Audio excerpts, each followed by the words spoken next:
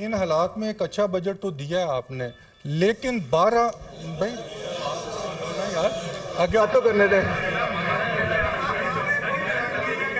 رانا صاحب بات کریں ادھر، رانا صاحب بات کریں، یہ طے کر رہے ہیں 12,000 ارب کی لیکیجز ہے، اس کو کیسے کنٹرول کیا جائے گا؟ نمبر 1 اور 12,000 ارب بڑا میں نہیں ہوتا، 12,000 ارب کی لیکیجز ہے، اس کو کیسے کنٹرول کیا جائے گا؟ نمبر 1 اور 12,000 ارب کی ناٹ ان کے پاس ایجنسیز نے رپورٹ بھی دی ہوگی. آپ کے انتہائی لیفٹ سائڈ پہ بیٹھے ہوئے ہیں بھوسال صاحب، کسان بھی ہیں، بیوروکریٹ بھی ہیں. آپ نے پچھلی بریفنگ میں کہا تھا کہ پریویس پرائم منسٹر نے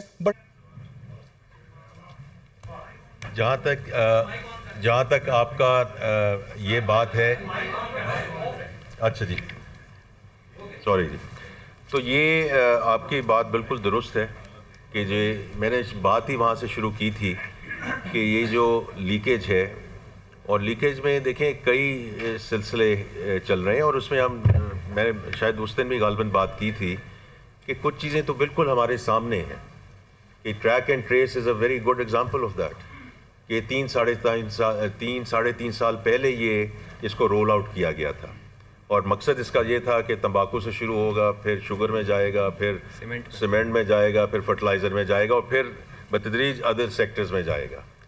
لیکن کچھ بھی آپ سمجھ لیں کہ فنکشنالٹی میں ایشو تھا، ڈیزائن میں ایشو تھا، امپلیمنٹیشن میں ایشو تھا، کہ اگر آپ نے ایک سیمنٹ پلانٹ پہ 5-6 اس کی لائنیں ہیں، ایک پہ لگا کے آپ نے کہہ دیا کہ جی امپلیمنٹیشن ہو گئی، اس کی وجہ سے جو اپ سائڈ آنی چاہیے تھی ریونیو پہ وہ نہیں آئی.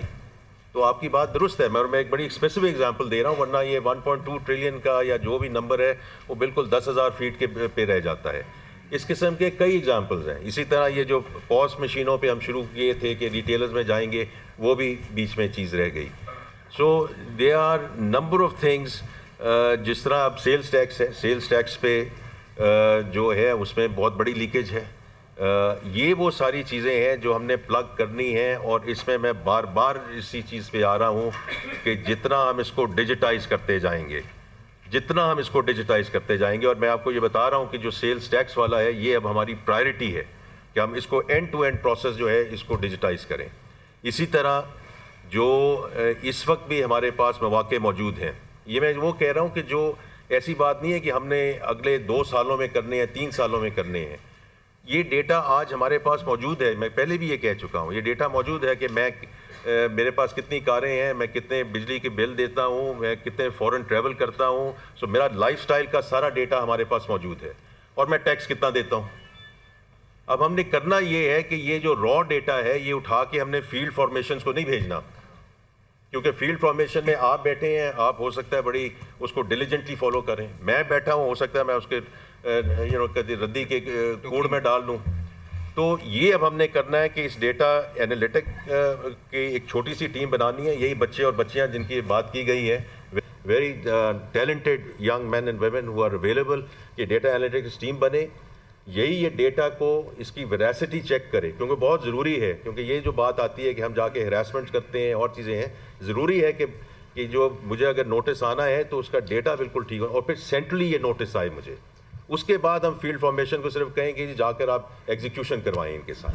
تو یہ کچھ وہ چیزیں ہیں جس میں آپ کی جو بات ہے وہ بالکل درست ہے. ایک اس میں ایڈ کر دوں رانا صاحب، آن اے لائٹر نوٹ، کیونکہ کافی ماحول یہاں پہ ٹینس شروع میں ہو گیا تھا. گزارش یہ ہے کہ لیکیجز کو کس طرح سے پلگ کرنا ہے، اس کے اوپر فائنانس منسٹر صاحب نے آپ کو بھرپور اس کے بارے میں بتایا کہ کس طرح سے ڈیجیٹائز کیا جا رہا ہے. اس کے علاوہ آج وزیر اعظم صاحب نے 2 گھنٹے وہ جو ڈیجیٹائزیشن کی پوری ایکسرسائز چل رہی ہے اس کو کس طرح سے امبیڈ کر رہے ہیں ان کے ادارے کے اندر، تاکہ ہیومن ڈسکریشن ختم ہو جائے، اور اینڈ ٹو اینڈ جب تک وہ پیسہ اکاؤنٹ میں نہیں آ جاتا اس کو پورا ویزیبل اور ٹریسیبل رکھا جائے. اس کے اوپر کام ہو رہا ہے.